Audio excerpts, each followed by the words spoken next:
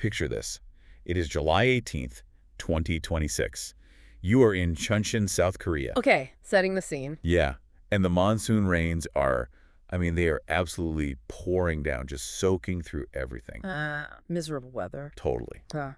And you are standing outside a military venue, exhausted. You're part of this dedicated fandom, and you've traveled for hours, like maybe across the whole country. Right, just to get a glimpse of your favorite artist? Exactly. Yeah. But then the doors are locked. The venue is just closed on you. Oh, no.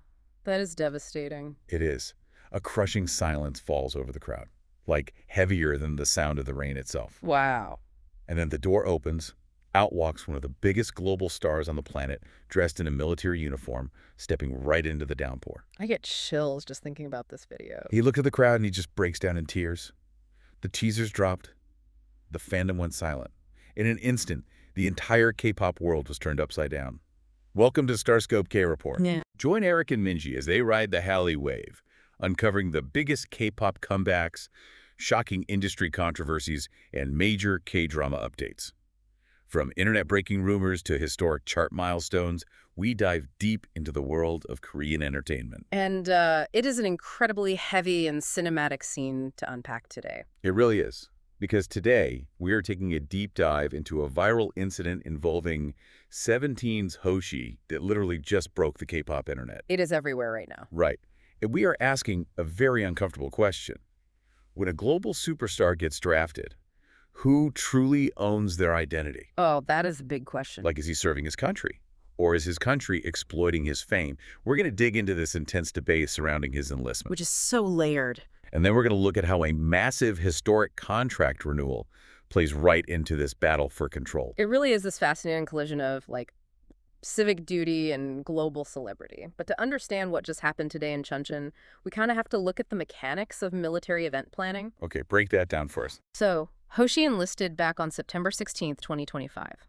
He is currently an active duty soldier in the Republic of Korea Army Band and Honor Guard Battalion. Wait, okay, I need you to help me understand this part because I'm genuinely confused. Hoshi is an idol, right? Right. He's a singer and a dancer.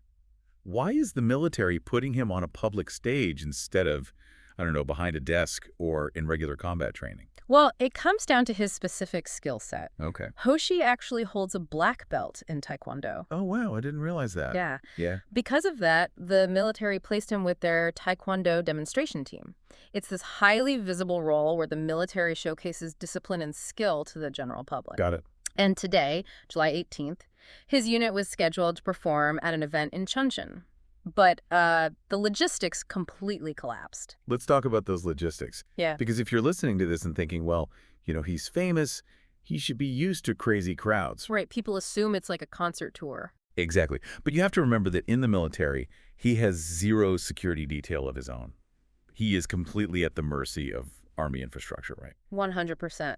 Military venues are built for, standard military families, local community events. Right. They are absolutely not equipped for the mobilization of a global K-pop fandom. A fandom like CARATs. They go hard. They do.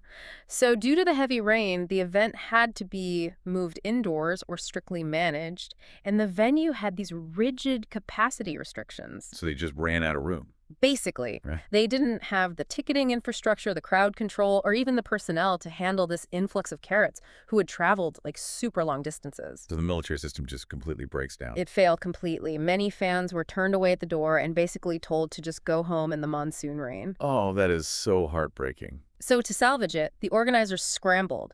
They announced this last-minute plan where Hoshi's team would perform twice. Once for the general audience inside, and then a second time exclusively for the CARATs who had waited outside in that terrible weather. And that leads to the moment that is currently going viral everywhere. Hoshi personally came out to address the fans. Yeah, the videos are so tough to watch. In the videos flooding X and TikTok right now, you can see him just completely overcome with emotion. He is literally crying. Yeah. He told the crowd, and this is an exact quote, "I really apologize for not being able to take better care of all of you. I hope you all make it home safely." Wow. I mean, he is bowing and apologizing for a logistical nightmare that he had zero control over. Right, and the reaction from both KNES, the domestic Korean internet users, and international fans has been this wild mix of deep empathy for him and just intense outrage at the military. What are people saying? Well, a user on X named @Soonyoung posted the clip of him crying, writing, "It's okay. It's not your fault. You cannot control this situation. It's out of your hands." Yeah, I saw one from @BabyHoneyEar615 saying, "Don't make my hamster cry. I feel like crying too." It's so emotional. Another user, @Nafny, pointed out how absurd it is to watch him cry over something he didn't even organize. Exactly. They stated the military actually owes Hoshi an apology. Period.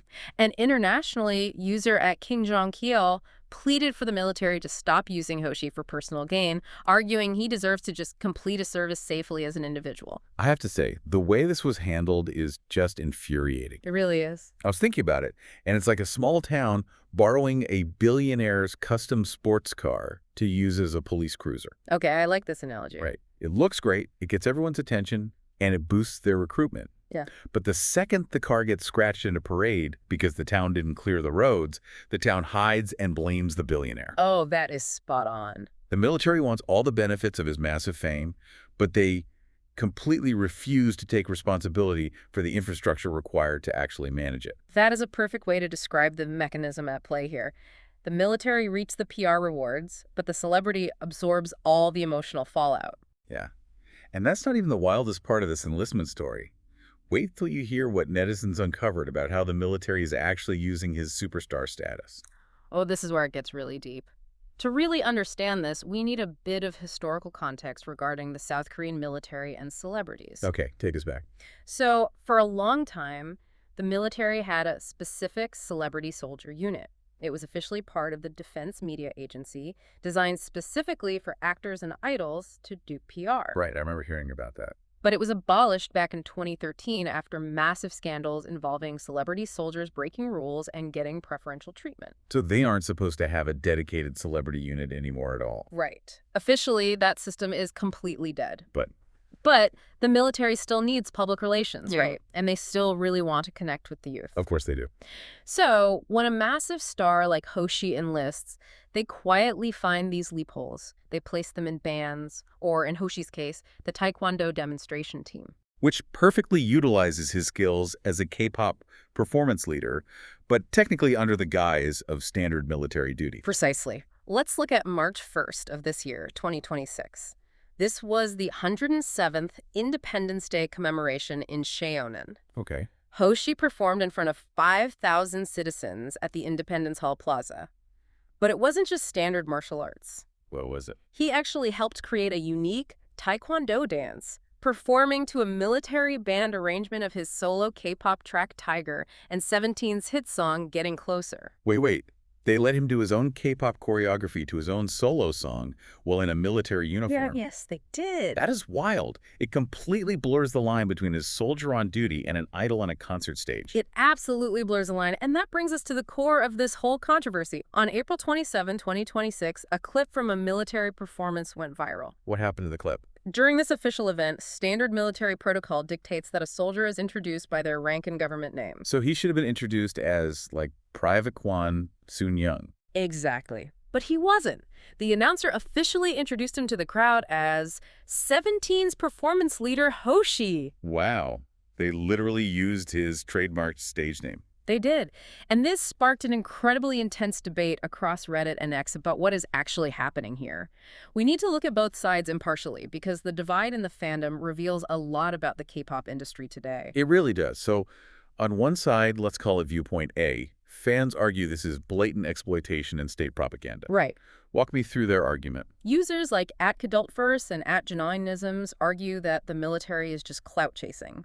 By using his stage name and referencing 17, the military is actively monetizing his fame. Not in dollars, obviously, but in public attention. Right. Attention is currency. Exactly. The argument is that this masks the harsh, often grueling realities of standard military enlistment. It presents the army as this fun, dynamic place where you can go watch K-pop stars perform. Which serves as a highly effective free recruitment tool targeted at young people. Yes. So they're saying the military is using his stand power for state-sponsored PR and then completely abandoning him when logistical nightmares happen, like what we saw today in Chunchin. Oh, that makes so much sense. But there is another side to this, right? Yeah. Viewpoint B, which is actually very prominent on Reddit right now, argues that this is a massive win-win situation for everyone, including Hoshi. Really? How does that side justify it? Well, they point out the mechanics of enlistment for performers. A year and a half of standard military duty can be incredibly isolating and physically detrimental to a dancer's career. Oh, sure, if you can't train. Right. But in this unit, Hoshi gets to stay active. He travels, he choreographs, and he stays visible to the public. As long as he isn't generating personal financial income, which is strictly illegal for active duty soldiers, they argue it's fine. Okay. Furthermore, they argue if his presence shifts the public perception of the military from a place of dread to something more positive, and he gets to avoid the more traumatic traditional postings, it is a mutually beneficial arrangement. Okay, I hear the win-win argument, the idea that it keeps his body safe and keeps him performing, but I have to ask, does putting a K-pop idol in a performance unit genuinely respect their unique talents, or does it cross the line by exploiting their stand power for state-sponsored PR? That is the million-dollar question. Because, I mean, is it really a win for him if the state is legally masking his civilian identity to drive up their own recruitment numbers? That feels incredibly dystopian to me. He isn't serving as a citizen, he's serving as a state-owned mascot. It raises a vital question about the modern intersection of celebrity and civic duty. When does utilizing a soldier's natural talents cross the line into exploiting a corporation's intellectual property? There's a massive gray area. And if you love diving into these complex, messy industry debates, make sure you're subscribed to StarScope K-Report. We've got even bigger scoops ahead. Absolutely. Because later in the deep dive, we're going to talk about a historic agency announcement that proves exactly where Hoshi's loyalties truly lie. The concept of control is just the perfect bridge here. The military currently controls Hoshi's public image, essentially turning him into a PR asset. But behind the scenes, Hoshi and his members just made a massive, historic move to guarantee they control their own future the second they take those uniforms off. Yes, because despite his military service, Hoshi has somehow managed to stay active in the music scene. On his birthday, June 15th, 2026, he dropped a new digital single called Snapback. Now, you might be wondering, if active duty soldiers can't make personal income, how did he release a song? Right, that seems like a huge contradiction. Well, the mechanics of military law allow for it, as long as the work, like the writing, recording, and production, was entirely completed before his enlistment date. Oh, that makes sense. So they pre-record everything. Exactly. It keeps his musical identity alive while he's away, and it's perfectly legal. But the real earth-shattering news regarding his career trajectory dropped just a few days ago, on July 13th, 2026. Here is where it gets really interesting. This was the massive headline that broke the internet. All 13 members of 17 have officially renewed their contracts with PLEDIS Entertainment for a second time. Which is just, it is unheard of. To understand why this is a monumental feat, we have to look at the structural mechanics of K-pop contracts. Have you ever heard of the 7-year curse? I have. But can you break down exactly what that means for our listeners who might not know the business side of it? Absolutely. So back in 2009, South Korea's Fair Trade Commission stepped in to stop these abusive, decades-long slave contracts in the entertainment industry. Right. They used to be terrible. Awful. So they mandated that standard exclusive contracts between an agency and an idol can only last for a maximum of 7 years. So at the 7-year mark, every single group must negotiate a renewal. And that usually doesn't go well. It rarely goes well because members often want different profit splits or solo careers or acting opportunities. Most groups lose members or disband entirely at this point. That's the curse. But 17 survived that. They did. They executed an early contract renewal in 2021, totally beating the curse. But a second renewal, that is almost unheard of for a group of this size. Right, because you're talking about 13 different individuals. 13. It's like trying to get 13 different CEOs to agree on a single massive corporate merger. Twice. The leverage they hold over the agency at this point must be astronomical. Oh, totally. They must be demanding highly specific profit splits and guarantees for solo work. Exactly. It requires immense compromise from the members and massive financial concessions from PLEDIS Entertainment. In their official statement, PLEDIS confirmed the news, solidifying 17's status as artists who will go down in history. I mean, they already have. For sure. Yeah. But there is a very specific logistical hurdle they had to address with this announcement. Right, because how do you sign a multi-million-dollar entertainment contract when half your group is currently property of the South Korean military? It requires very careful legal maneuvering.